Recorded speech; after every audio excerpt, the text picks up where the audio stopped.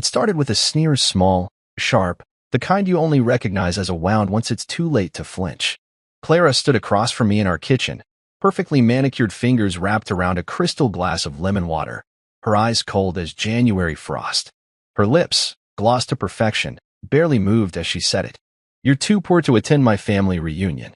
There wasn't a hint of irony in her voice. No humor. Just disdain, clean and clinical. I didn't answer at first. I simply stared at her, letting the silence stretch between us like a rubber band on the verge of snapping. The worst part? She didn't even look up. Just sipped from her glass, as if I were no more than a passing irritation. A coffee stain on an otherwise crisp, white life. Clara Whitmore. My wife. My beautiful, ambitious, calculating wife. In her world, image wasn't everything. It was the only thing. Her father, Harrison Whitmore, had been a senator. The kind who smiled wide for the cameras and made deals sharp enough to bleed. Her brothers, Elliot and Graham, ran hedge funds and treated market crashes like sporting events. Her mother, Joelle, was the type of woman who could eviscerate a server for forgetting lemon in her water and call it etiquette. And then there was me, Grayson Maddox, the quiet one. The wrong side of the tracks made flesh. In their eyes, I was the charity project Clara married during her rebellious phase. I had no Ivy League pedigree, no dinner club membership, no last name to cushion me. Just a weathered resume full of operational development, roles that sounded impressive but, to them, screamed blue collar. They didn't know. Not really. And Clara, she never cared to ask. That was the part that settled deepest in my bones, not the insult, but the carelessness behind it. Like I was an accessory she outgrew. Disposable. Replaceable. But fate has a sense of humor.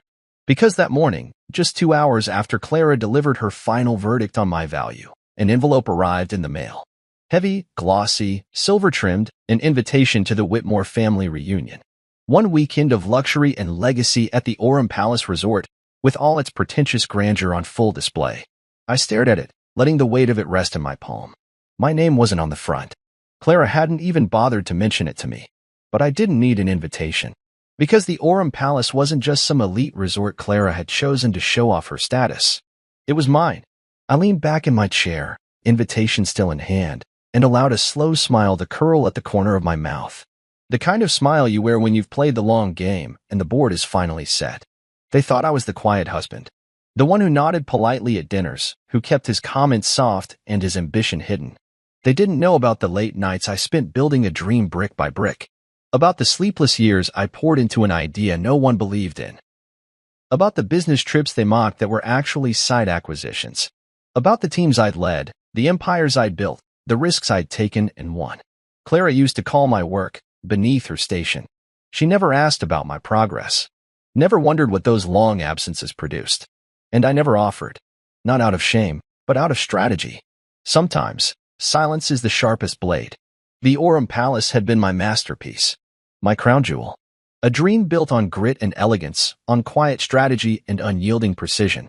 Every hallway, every chandelier, every detail had been signed off by me. It wasn't just another resort, it was a statement. A monument to every time someone said I wasn't enough.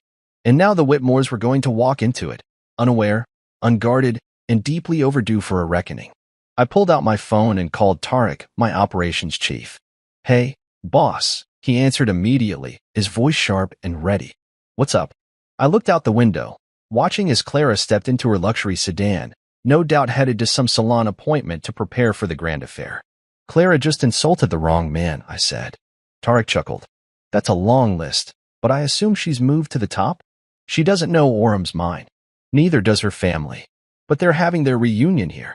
There was a long pause. Then, laughter. "Oh, this is going to be fun." "Yes," I murmured, smiling to myself. "It is." I watched the invitation again, let my thumb trace the embossed crest of the Whitmore legacy. Legacy.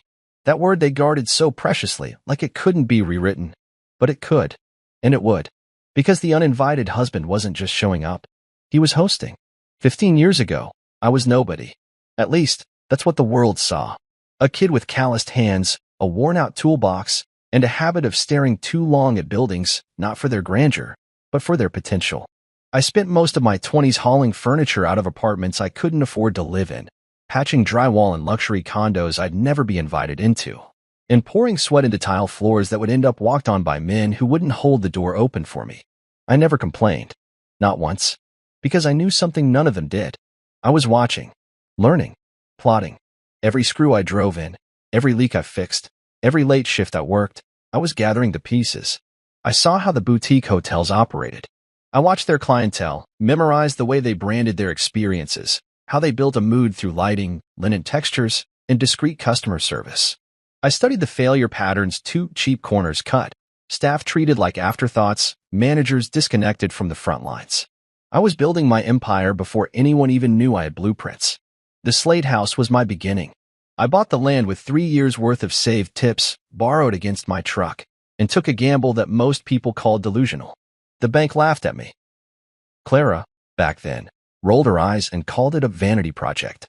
I worked every inch of it with my own hands. Did the demo myself, negotiated every permit, painted walls until midnight, and trained staff at sunrise. I served coffee at the front desk wearing a fake name tag just to listen to how guests described the experience. I knew I wouldn't get another shot, so I made sure it worked.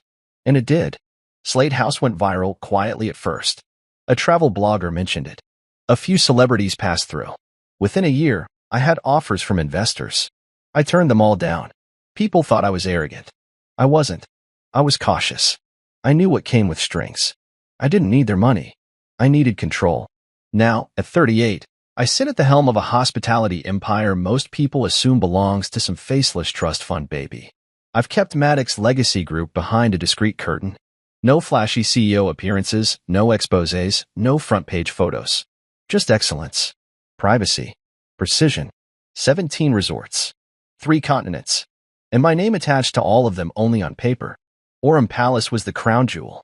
Everything I had learned, the elegance of European estate hotels, the tropical serenity of Balinese spa architecture, the tech-forward luxury of Scandinavian efficiency, I poured into this place. Floor-to-ceiling windows with sunset glass tint, heated marble floors, custom scent systems that shifted based on the time of day. Even the pins in the rooms were weighted, designed to make guests feel important the moment they scribbled a signature. It was mine, my masterpiece. And Clara? She never once asked about it. It still amazes me. How a woman so obsessed with status never noticed the growing silence between us. How she never asked why my suits changed, why our bank account never bounced, why I stopped using her father's connections and never needed to ask twice for anything. She was too busy judging me against her brothers, too eager to belittle me for not being part of her polished world. She didn't realize I was building my own. That's what made this next part so satisfying. When I saw the reservation come through for the Whitmore family reunion, it was almost poetic. They booked through a third-party concierge, the kind that handled high-net-worth client requests. It was processed like any other. No red flags. No personalized note. Just another event scheduled. But I noticed. The name Clara Whitmore Maddox danced across the top of the form like an insult and an invitation. She didn't even realize I might see it. I approved the booking myself. Then I called Tarek, my chief of operations, and Monique, the resort's manager. We're going to make a few subtle adjustments, I told them. We walked through every detail, the welcome signage, the catering selections, even the typeface used on the printed menus. Clara had requested a French fusion tasting menu. I replaced it with one crafted by my executive chef featuring curated dishes from every one of my resort locations, a tribute to the Maddox legacy. The name wouldn't appear until the night of the gala. Then came the final touch. I instructed the team to add a directive in the system. All final decisions must be cleared by the owner. Quietly, without alerting the guests. That meant any surprise, any complaint, any reaction, they'd come straight to me. And finally, I gave them the reveal cue. Updated signage to be unveiled at 7 p.m. on the evening of the Whitmore reunion, I said. Let them settle in first. Let them preen. Monique laughed. You want the shock value? No, I corrected, smiling as I tapped a knuckle on the marble table. I want the truth to show itself. And nothing reveals a person's truth faster than a little discomfort. They would come, dressed in arrogance and Dior. They'd toast to themselves, strut through my hallways, look down on the staff, and assume the world was theirs. All while standing in a kingdom they didn't realize belonged to the man they once dismissed as not enough. And when 7 o'clock struck, the curtain would rise. By the time the third cappuccino was set in front of me, I'd already mapped every detail, not just of the event, but of the fallout. I wasn't planning a reunion. I was curating a reckoning, one course at a time. I sat in the private office above the Aurum Palace lobby, floor-to-ceiling glass framing a view of the cascading waterfall outside the main entrance. Tourists passed by taking selfies, unaware they were standing in the beating heart of a multi-million-dollar machine I had built from blueprints and bruises. Monique entered first, poised, professional, always 2 steps ahead. She had her tablet tucked beneath her arm, and that slight smile she wore when something complicated had just become easy. Behind her was Tarek, the man I trusted with every moving piece of this empire. Tall, sharply dressed, ex-military calm. My kind of guy. The final update has been pushed, Monique said, taking the seat across from me. Event listed under Whitmore Family Reunion, but all permissions are tied to the owner. And the signage? I asked, watching Tarek pull up the renderings. Still covered. Custom-branded panels over the digital boards, he said, handing me a sleek monitor tablet. Reveal is queued for 7 p.m. sharp. All timers are automated, but we'll be standing by in case you want the satisfaction of pressing the button yourself. I smiled, tapping the side of the screen. Clara had no idea what was coming. She thought she'd slipped in undetected, that this weekend was her latest performance of grandeur and grace. She didn't know that every chandelier she posed beneath, every flute of champagne she raised, every inch of velvet carpeting beneath her stilettos, was owned by the man she once told to stay out of important conversations. She had booked the venue through a high-end concierge company that catered to socialites and legacy families. Standard practice. That's how I designed it. I wanted Maddox legacy properties to feel elite enough to attract old money, but private enough to avoid the public spotlight. Clara had no way of knowing she was walking right into my home base. Any pushback from her side? I asked, folding my arms. Not a whisper, Monique said with a shrug.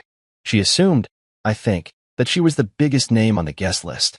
That tracks, I murmured. Let's make sure that assumption stretches all the way through the first toast. We reviewed the plan again, every phase of the experience Clara's family would walk into.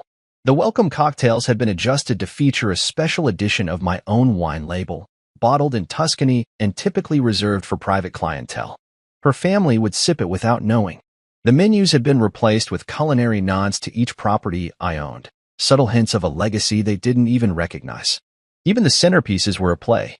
Orchids flown in from my Bali resort, carved amber vases designed by the artist in residence at my Prague location, and embossed gold name cards with the Maddox crest, an abstract version, unrecognizable to most. But it would all come together the moment the signage dropped. And I would be standing right there when it happened. I want the staff tight-lipped, I said, leaning forward. Smiles. Service. No ego. If anyone asks who owns the place, they say it's confidential. Let the tension breathe. Tarek chuckled. You want the reveal to sting? No, I said. I wanted to teach. Because this wasn't just about me. This wasn't just a man scorned flexing for revenge. It was bigger than that.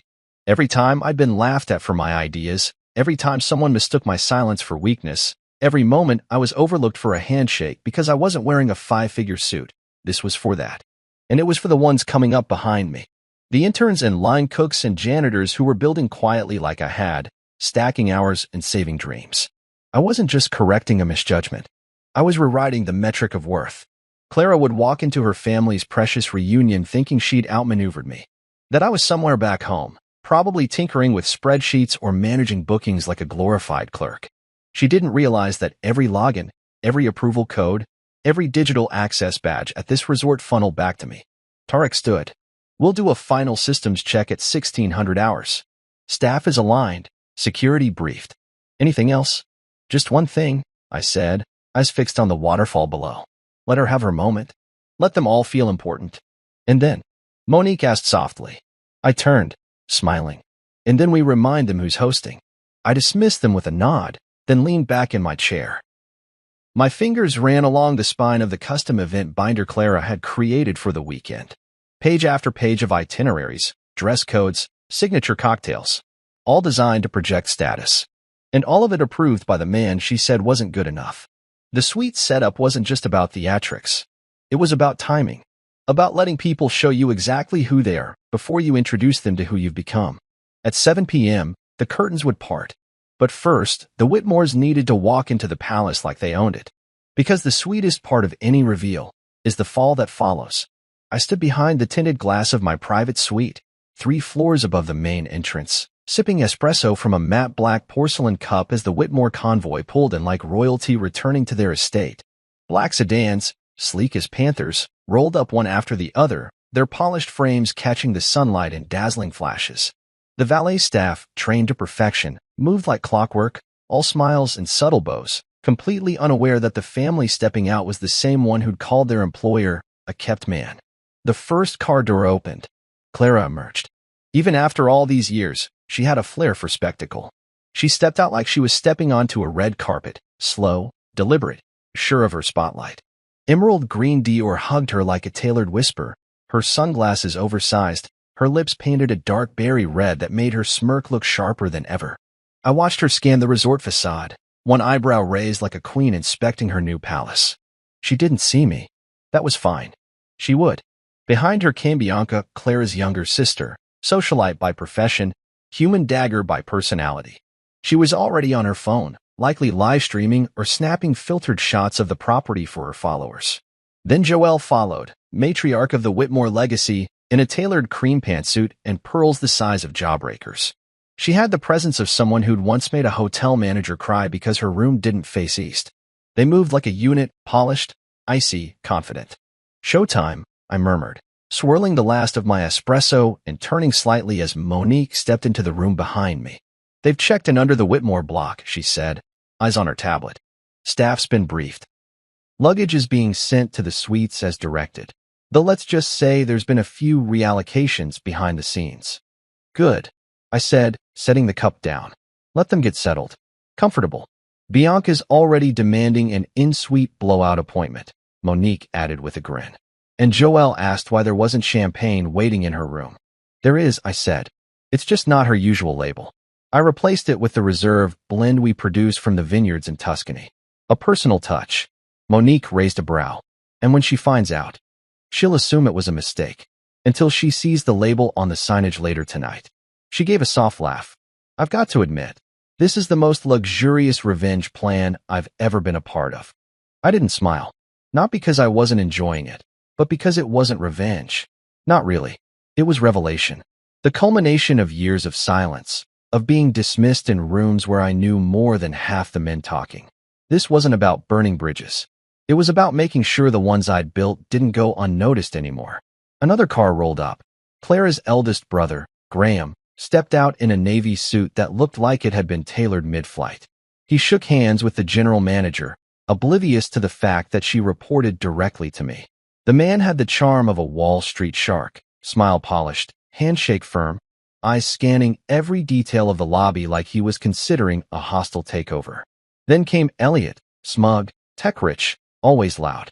He barked something at a bellhop who had the audacity to pause while lifting a bag that probably weighed more than him. I watched the kid flinch. Elliot didn't notice, or didn't care. I made a note. Every detail mattered. "Has Tarek secured the signage setup?" I asked, stepping closer to the glass. "Yes," Monique replied. "Everything's covered. Digital walls, printed banners, even the brass placards at the front entrance. All unveiled at 7 sharp. And the ballroom? Pristine. Lighting adjusted, music preset, menus confirmed. Your wine is chilled. The staff is rehearsed. We even added a few extra caviar bites, just to match their appetite for opulence." Outside, Clara was now taking a group photo with her sister and mother. Her hand rested lightly on Joelle's shoulder, smile wide, eyes calculating. It was probably going on social media with a caption like reunion vibes or family legacy weekend. I imagined her hashtags, hashtag Orem Elegance, hashtag Whitmore Wealth, hashtag Born to Shine. I almost laughed. Almost. "Do they suspect anything?" I asked. Monique shook her head. "Not a thing. To them, this is just another feather in Clara's hat. She's already told 3 different people that she fought hard to get this resort booked. Apparently, the wait list is brutal." I leaned forward and watched as Clara posed once more, this time with her hand on her hip, angling her body to show off both the curve of the gown and the grandeur of the entrance. She had no idea she was standing in front of a building she used to say I was too simple to dream of. Let them get comfortable. Let them bask. Because nothing shakes the ground beneath a person like realizing the foundation they've built their arrogance on isn't theirs at all. At 7 p.m., that ground would shift, and I'd be right there, waiting to welcome them to reality. The ballroom was dressed in opulence, every inch of it dripping with quiet extravagance.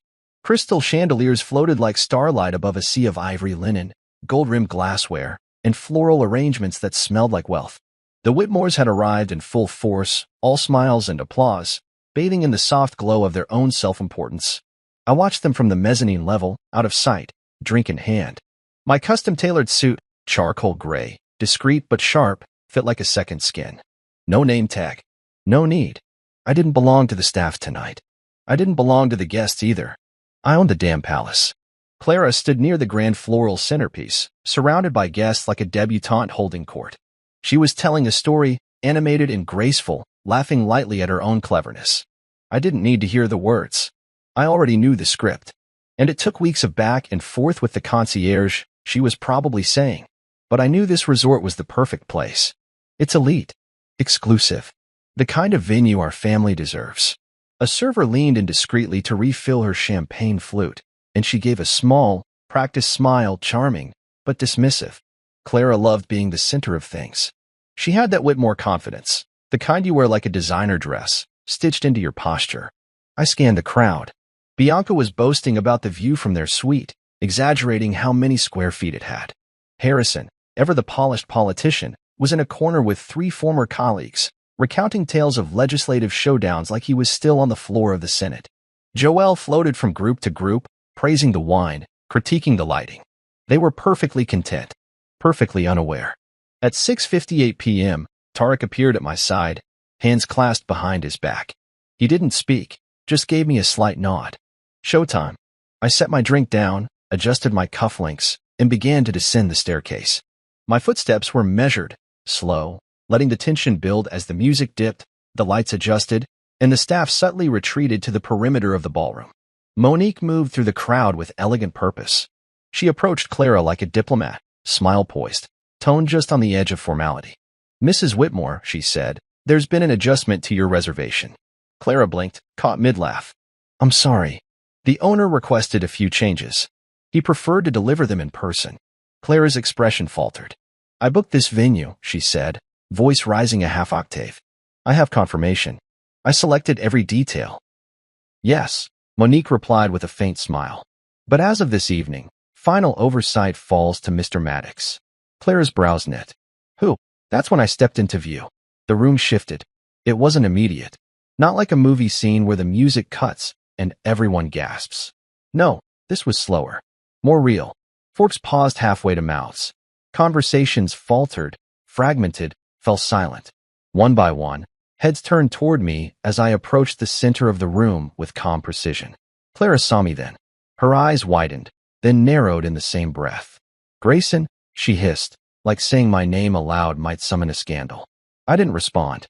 I simply walked to the digital screen at the front of the ballroom, 40 feet wide, framed in gold, pulsing gently with ambient light, and tapped the screen.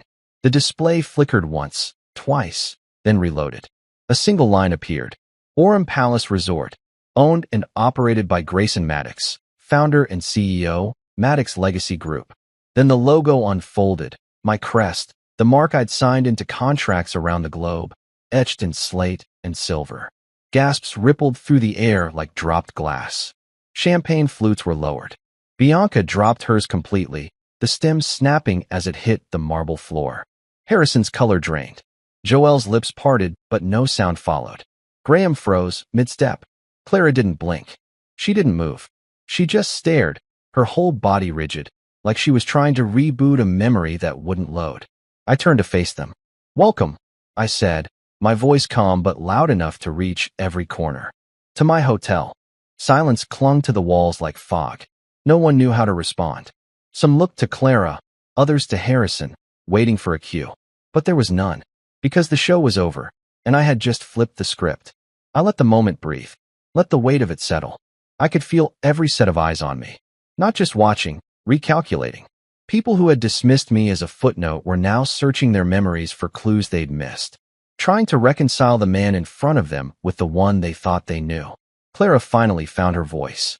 This was a setup?" "No," I said coolly. "This was a reservation. You made it. I simply honored it." "You could have told me," she said, voice sharp, trembling under the surface. "You could have asked." I replied, stepping past her. Because tonight wasn't about explanations. It was about truth. And sometimes, the only way to deliver it is to make them live it. I stood still, letting the silence bloom like a firework that never quite faded. Every eye was locked on me. Every breath in that ballroom felt suspended, like even the air was uncertain of what should come next. Clara was the first to move, but it wasn't a graceful turn or a poised recovery. It was the sharp twitch of someone cornered, confused, and caught. She stepped toward me, one hand still clinging to the edge of the floral arrangement, the other clenching and unclenching at her side. "Grayson," she said again, like maybe if she said my name enough, the context would shift. "What is this?" "This," I said, turning slightly to gesture to the screen behind me, "is what you walked into when you thought you were walking over me." The room was a mosaic of disbelief. Harrison stood stiff, hands behind his back in a senator's posture, his face pale and unreadable. Bianca looked like she'd just been slapped with a headline. Joelle's expression was harder to read, part insulted, part intrigued, and maybe, buried deep in the tight pull of her lips, a sliver of grudging respect. Clara's jaw tensed. "You own this place?" "I do," I said plainly. "I built it. From the marble under your feet to the menu you bragged about curating. I approved your booking personally. Had to, given the irony." Her face darkened, her composure beginning to crack. "So this was a stunt? You let me book it just to what? Humiliate me?" I took a step closer, my voice quieter now, but no less sharp. "You once said I was too poor to attend your reunion. So I thought it fitting that you hosted in a space you assumed I couldn't even afford to step into." She glanced around as if hoping someone, anyone, would interject, would pull her out of this public unraveling. But no one came. Her family, her crowd, the carefully curated network of people who orbited her life, stood still. Because the power dynamic had shifted, and I hadn't needed to raise my voice to do it. Behind me, the massive digital wall continued its slow loop. Footage of the Orem Palace, pristine interiors, exotic locations, guest testimonials, all with the Maddox Legacy Group watermark in the corner. It wasn't gaudy. It wasn't aggressive. It was undeniable. I turned back toward the crowd, letting my eyes land on each of them in turn. To those of you just now learning my name, hi. I'm Grayson Maddox, husband to Clara, son-in-law to Harrison and Joelle, brother-in-law to the Whitmore Empire. I let the word settle. And the owner of this resort. A few murmurs broke the surface. One of Harrison's colleagues muttered something to another guest, probably trying to gauge if this was a well-planned prank or an elaborate social collapse. I didn't care. The truth didn't need their validation. I wasn't here for their acceptance. I was here to reclaim the space I'd been pushed out of. Silently. Systematically. Clara tried again, her voice quieter now. "You kept this from me?" "No," I said simply. "You just never asked. You were too busy deciding who deserved to sit at your table to realize I was building the damn dining hall." Bianca let out a soft Jesus and backed away, her heels clicking like cymbals across the marble floor. Graham glanced down at his phone, either looking for a distraction or trying to verify what had just unfolded. Elliot didn't say a word, his face red like someone doing math and failing to keep up. Joelle finally moved. She stepped forward, stopping beside Clara, and eyed me with a cool, calculated gaze. "So you set a trap?" "No," I said, my voice calm. "I opened a door. You chose not to see who held the key." Her lips twitched, not into a smile exactly, but something close to it. "Well," she said softly, "you've certainly made your point." "My point," I said, scanning the room one last time, "was never to gloat. It was to remind everyone that silence doesn't mean insignificance, that not all wealth shouts, and that some legacies are built quietly until it's time to speak." I gave them a slight nod and turned away. I didn't need applause. I didn't need gasps or even apologies. The reveal wasn't about vengeance. It was about alignment. I'd lived too long pretending I belonged at their table, but I'd built my own. And tonight, they were dining in it. As I walked back toward the mezzanine, the ballroom remained hushed. Whispers rose like mist behind me, heavy and hesitant. I passed Monique at the edge of the staircase. She looked at me, eyes lit with that quiet satisfaction only a long game perfectly played can bring. 7 o'clock on the dot, she said. I nodded. Right on schedule. I didn't need a spotlight. I had the silence. The kind of silence that hums beneath people's skin when they're forced to confront a truth they've spent years pretending didn't exist.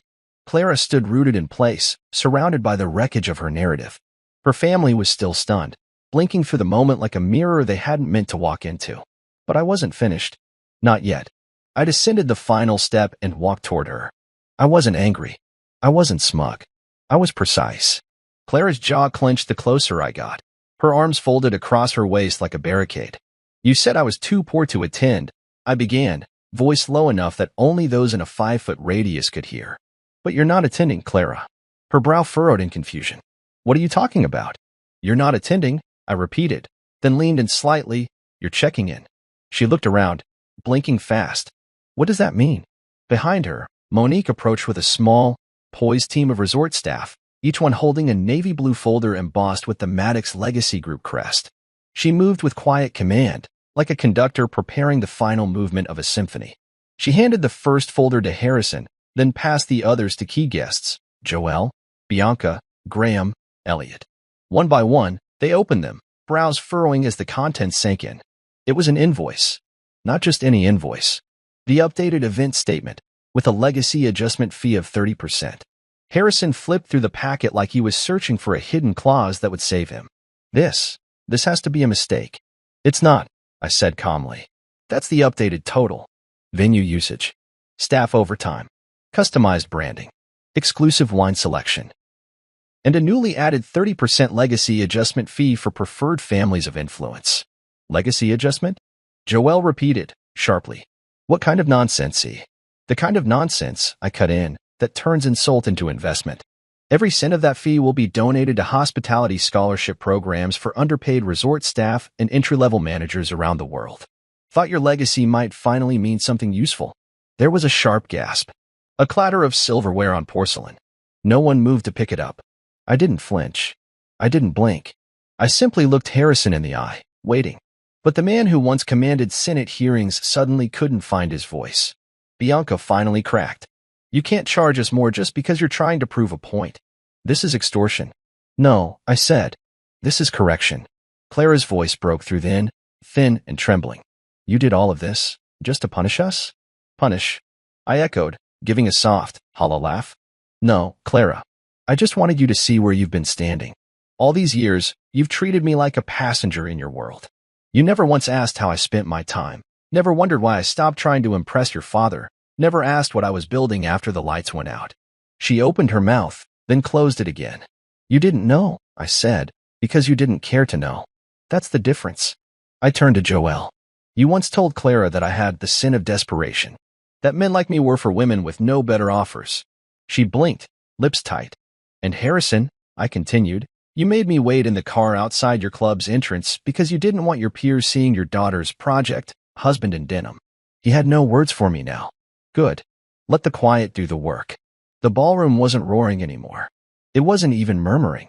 It was breathing, low and ragged, like every guest in that room realized they'd missed the moment the power shifted, and now they were standing on the wrong side of it. I gestured for Monique to continue with the distribution. Please let the rest of the guests know that they may keep the folders. We believe in transparency here. And if any Whitmore finds the updated cost offensive, they're free to leave. Monique nodded once. Understood. Clara stepped forward. Grayson, please, can we talk? That word, please, fell from her lips like it had never lived there before. Not for me. I looked at her, not cruelly, not coldly, just honestly. You'll get the chance, I said. But not here. Not like this. She stared at me, 1,000 questions behind her eyes, none of them strong enough to break the wall I'd built between us. Not out of revenge, but out of survival. I turned to the guests. Dinner will be served in 15 minutes. No more speeches. No performances. Just food, wine, and reality. And with that, I walked away. Let them sit with it. Let them drink from glasses filled with truth. Let them chew on humility between bites of imported sea bass and saffron risotto. Because tonight, they weren't just guests. They were the lesson. It was poetic, really, how fast the Whitmore shine dulled when it no longer reflected power. One by one, they were escorted to their newly reassigned rooms, still too stunned to protest in full. Clara's eyes followed me as I walked ahead of her through the gold-trimmed corridors of Orem Palace, but she didn't say a word. She didn't argue, didn't fight. She was still trying to piece it all together, trying to find the version of me she thought she knew and wedge him into the man who now owned the ground she walked on. She failed. The suite she had originally requested, a sweeping, ocean-facing marvel with floor-to-ceiling views and private butler service, wasn't hers anymore. I'd reassigned it earlier that morning, not out of pettiness, but for precision. That suite now housed a couple celebrating their 25th anniversary, both teachers from the Bronx who had saved for 3 years to afford a weekend here. I upgraded them personally. Clara, on the other hand, was led down a side hallway and stopped at a modest queen suite near the kitchen service corridor. No view, no butler, just a clean, well-appointed room, quiet, functional, forgettable, the kind she once mocked me for scrubbing grout in during my early days. The look on her face when Monique opened the door for her, I'll never forget it. "Is this a joke?" Clara asked, stepping inside like the air itself was beneath her.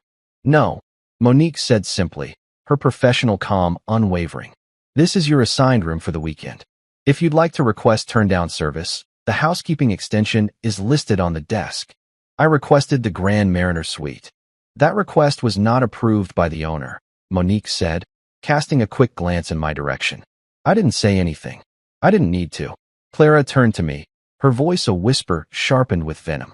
"You're punishing me." "No," I replied, stepping into the doorway but not entering. "I'm showing you the difference between earned comfort and assumed privilege." Her lips parted, but nothing came out. "I built this place," I continued, voice even. "Every tile, every cent, every piece of service protocol, crafted it all. You used to laugh at my late nights, called me obsessive. But you never once asked what I was building." "I thought you were trying to escape," she said quietly. I met her gaze without blinking. I was. With that, I turned away.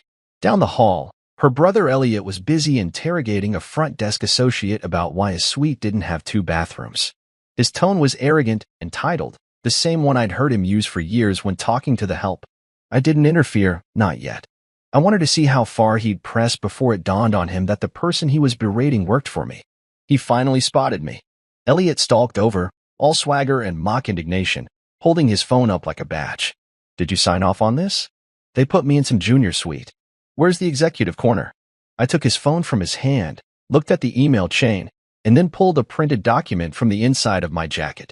It was a Forbes profile, me on the cover, standing at the balcony of Orem Palace, headline bold across the top. Self-made hospitality tycoon, Grayson Maddox on legacy, loyalty, and letting go. I handed it to him. He stared at the page, confused. "This is me," I said. "The man you once said didn't belong at your poker table because he didn't understand real investments." Color drained from his face. "And for the record," I added, "I turned down your fund's proposal 2 years ago. You were asking for equity in one of my African properties. I didn't think you had the range." "I still don't." I left him there, jaw tight, paper in hand. Correction wasn't about cruelty. It was about clarity. People like the Whitmores weren't used to being told no. They floated on old money and inherited charm, never stopping to consider who was building the stages they performed on. I found Clara again later that evening. She was sitting in the garden courtyard alone, arms folded, expression blank. For a moment, she looked human, not glamorous, not weaponized. Just a woman who had finally realized the value of the man she left behind in her climb.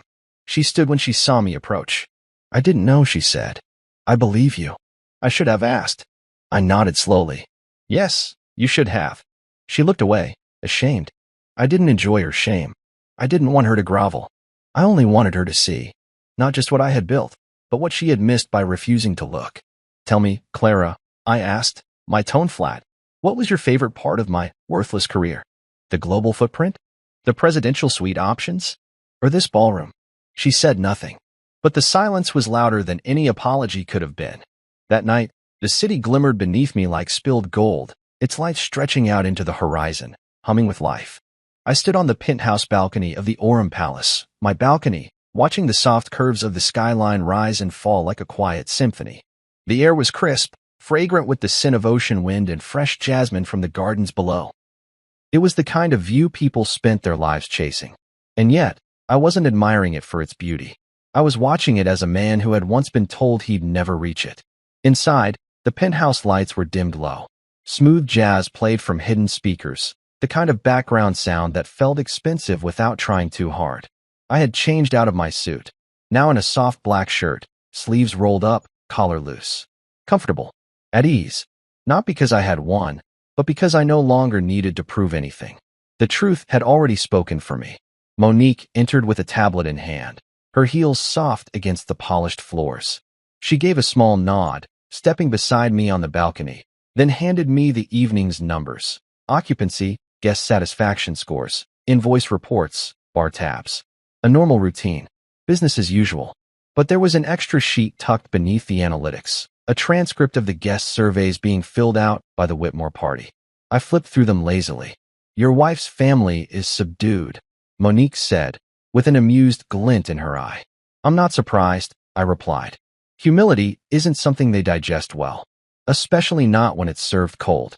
She laughed gently and then turned back toward the doors, understanding I wanted a few more minutes alone. As the doors clicked shut behind her, I let the silence reclaim the moment. The kind of silence I'd grown familiar with over the years. The quiet after long days. The quiet after hard choices. The quiet I learned to thrive in while the rest of the world looked for applause. I took a deep breath and let it all wash over me. The chaos of the day, the shock waves still rippling through the Whitmores, Clara's face when she realized the man she had belittled was the architect of the world she now stood in. It wasn't satisfaction I felt. Not entirely. It was closure. My phone buzzed against the table inside. I didn't rush to check it. I let it ring, blink, and settle before I finally stepped in and picked it up. Clara. Her name still stirred something in me. Not love, not anger. Something in between, a memory of who we used to be, and a glimpse of what we never really were. The message was short. "Can we talk?" No dramatics. No apology. Just that. I stared at it for a moment, thumb hovering above the keyboard. Then I typed my reply. "Sure. Breakfast is at 9. Corner table by the window. I own that cafe too." I hit send and tossed the phone onto the leather armchair beside me. It wasn't a power play. It was a reminder. I had spent too long dimming parts of myself to make others comfortable. Playing small so Clara wouldn't feel threatened, so her father wouldn't sneer, so her mother wouldn't whisper, so her brothers wouldn't snicker behind crystal glasses. They never saw me because they never cared to. Now they had no choice. And yet, I didn't need revenge. That wasn't what this was about. If I'd wanted to destroy them, I could have. If I wanted to see Harrison Whitmore bankrupt or Joelle humiliated in the press, I had the resources. But that would have made me like them. And I'd never wanted their table. I wanted to build one of my own. One where the staff was respected. One where excellence wasn't a mask for cruelty. One where a boy from nowhere could become something without needing anyone's permission. Outside, the lights of the resort twinkled like a living organism. I could see the reflection of the ballroom windows from where I stood, muted silhouettes of people still trying to make sense of the night. Some were likely scheming their exit. Others, perhaps, realizing the man they dismissed had made a quiet kind of history. I thought of Clara again, sitting in that small suite near the kitchen, the one she probably wouldn't even have stepped into a year ago. I imagined her there, hair pinned up, dress draped across a chair, staring at the ceiling and asking herself when the shift happened. When did the man she married slip through her fingers? When did her world stop orbiting the people she thought were stars and start revolving around the man she underestimated? I didn't know if we had anything left to say to each other, but I was willing to listen. Because sometimes, the view from the top isn't just about the height, it's about clarity. About seeing things you couldn't from the ground. And finally, I could see everything. Legacy. It's a strange word, one people use to make themselves feel larger, more permanent. The Whitmores loved that word. They wore it like a medal.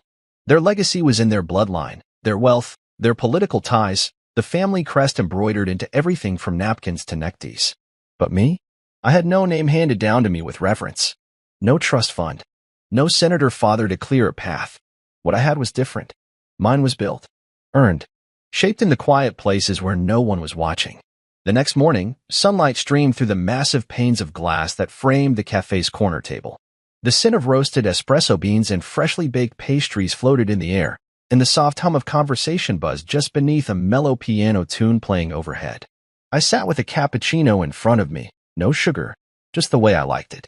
The cafe was mine, like the resort, like the land it stood on. I didn't name it after myself. I didn't need to. My signature was in every detail, from the arched window trims to the locally sourced marble counter. At exactly 9:01 a.m., Clara arrived. She looked different.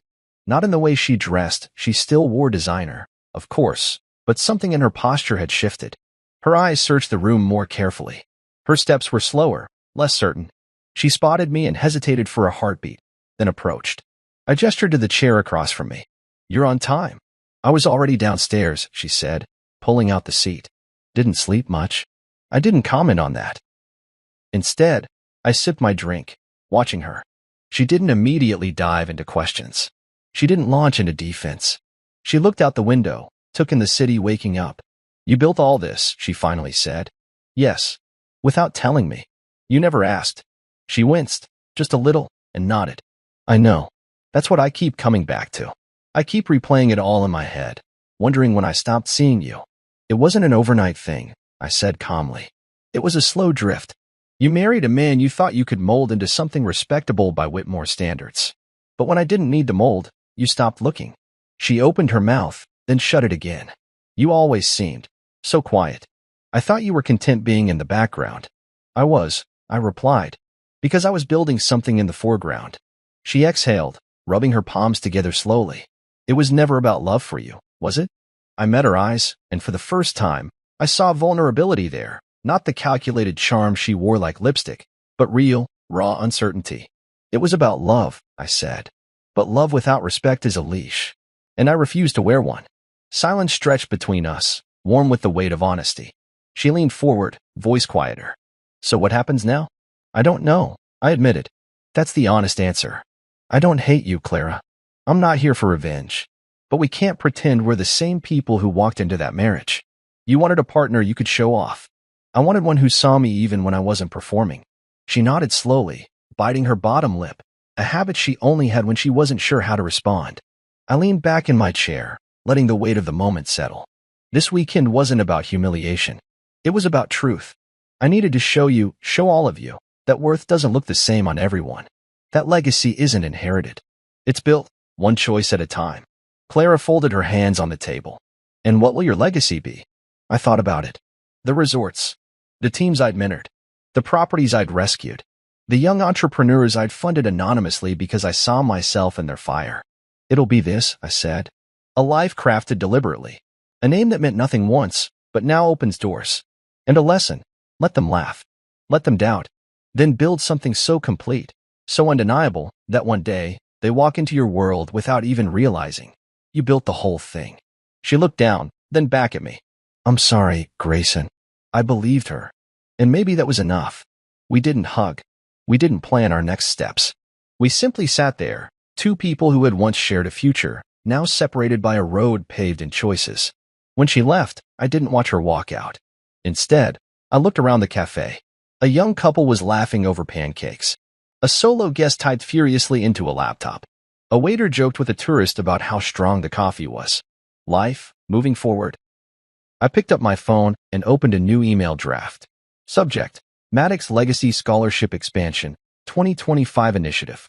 Because legacy wasn't a name stitched into cufflinks. It was a seed you plant where no one expects it to bloom, and water with intention.